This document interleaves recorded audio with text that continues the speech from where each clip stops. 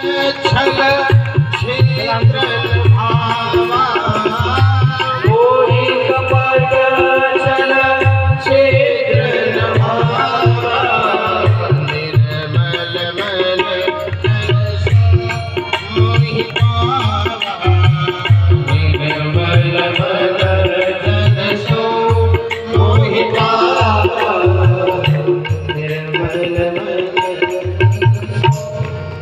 भगवान को आपका निर्मल मन चाहिए और कुछ नहीं चाहिए।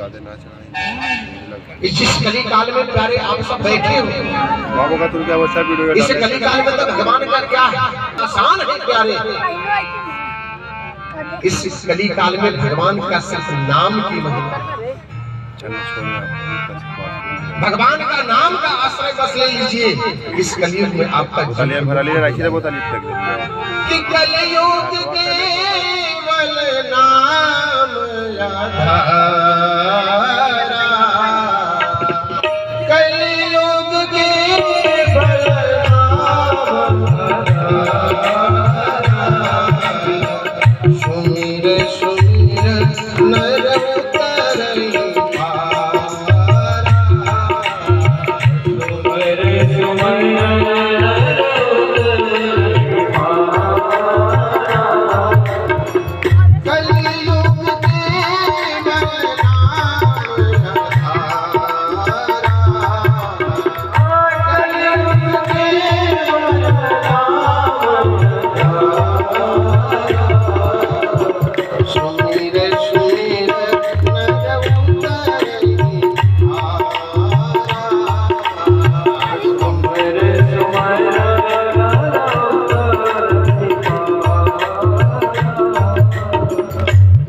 काल में सिर्फ भगवान का नाम का आश्रय लेंगे और कुछ नहीं।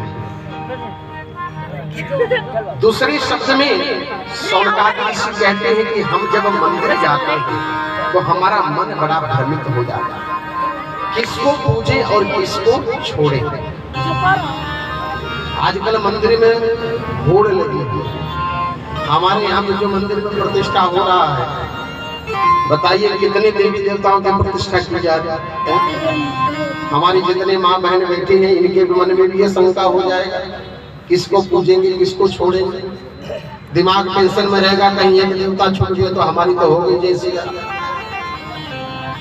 आप सबके लिए ये बात है, इसको ध्यान रखें। मंदिर में जाए तो किसको पूजे और किसको छोड़े, ये भागवत जी हमें बता रहे हैं कि एक साधे सब सधे, सब साधे सब जाए।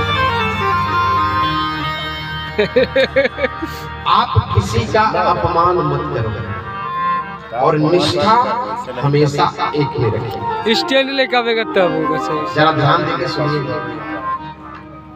हर व्यक्ति को एक अपना इष्ट बनाना चाहिए। हमारे सनातन धर्म में प्यारे इतने ऑप्शन हैं। अगर किसी का मन दुर्गा मैया में न लगे तो कृष्ण में लगा सकता है। किसी का मन कृष्ण में न लगे तो मर्यादा पुरुषोत्तम राम के चरणों में प्रेम कर सकता है। अगर किसी का मन राम में न लगे तो हनुमान जी को अपना मान सकता है। किसी का मन हनुमान में सकता है। और एक चीज और आपको बता दूं, जितना ऑप्शन हमारे धर्म में है उतना किसी धर्म में भी नहीं।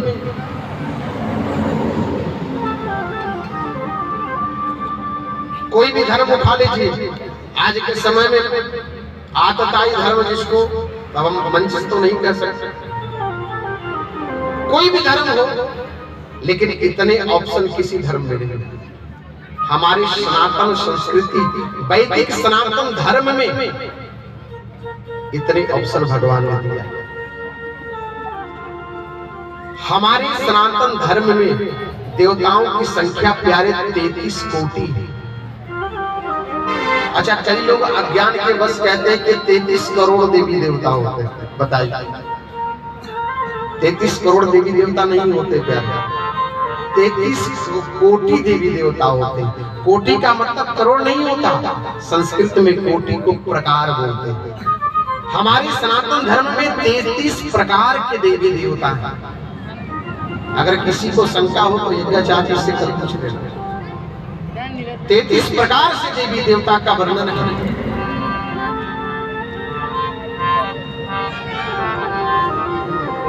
इष्ट हमेशा एक बनाइए, लेकिन निष्ठा हमेशा सब में रखे। हमारे भारत का एक बहुत सुंदर तीर्थ है माता वैष्णो देवी का। हम सब जाते हैं, अच्छी बात है, जाना चाहिए। लेकिन अगर आपके इष्ट कृष्ण हैं, अगर आप माता वैष्णो देवी के दर्शन करने चले गए तो दर्शन करते समय हाथ जोड़ के रखे माता वैष्णो देवी से कहना कि हे भगवती, हे मैया परम्बा, मैं बहुत आलसी हो गया हूँ। अपने कन्हैया का 2-4 माला भगवती में रोज करता था, लेकिन अब तो समय नहीं मिलता। ऐसी कृपा कर भवानी कि मेरे कृष्ण के चरणों में हमेशा प्रीति बनी बनी। विचार करिए, आपने पूजन किसका कर लिया? माता जगदम्बा वैष्णो देवी का। और स्मरण किसका कर लिया? अपने भगवान कृष्ण का। किसी भी देवी देवता का अपमान करना वर्जित है। अच्छा, एक सिद्धांत के माध्यम से और समझेंगे। हम घर में वृक्ष लगाते हैं, पेड़ लगाते हैं। देखो तो रोहित पीछे कितना आदमी बैठा है। वृक्ष में हम रोज जल देते हैं जाकर के। वृक्ष में हजारों डालियां होती हैं, लाखों पत्ते होते हैं, हजारों फल होते हैं, लेकिन इसका जड़ क्या है? उसका जड़ एक ही साधे सब सधे, सब साधे सब जाए। परमात्मा तो प्यारे एक में प्रतिष्ठित है, लेकिन उस परमात्मा के 1000 स्वरूप हैं, लेकिन सत्य एक है। इसलिए महर्षि वेदव्यास ने किसी देव की स्तुति नहीं करी। महर्षि वेदव्यास ने सत्य स्वरूप भगवान कृष्ण की स्तुति करी है और कहते हैं कि सत्यम परम धीमहि। भगवान सत्य में प्रतिष्ठित है। अगर आपने दुर्गा मैया का दर्शन कर लिया, भोग लगा दिया, अगर आपके इष्ट कृष्ण हैं तो मन में भाव रखिए कि आपका कृष्ण का भी पूजन करिए। अगर आपका इष्ट माता दुर्गा है और गलती से आप रास्ते में कहीं जा रहे हैं और दुर्गा जी का दर्शन नहीं कर पाए, पूजा पाठ नहीं कर पाए किसी व्यवस्था के कारण, तो सामने हनुमान जी है तो पूजन कर लीजिए, आपका दुर्गा पूजन करने का भी फल मिल गया। एक भगवान की अपनी व्यवस्था है। निष्ठा हमेशा एक में रखिए और अपमान किसी का मत।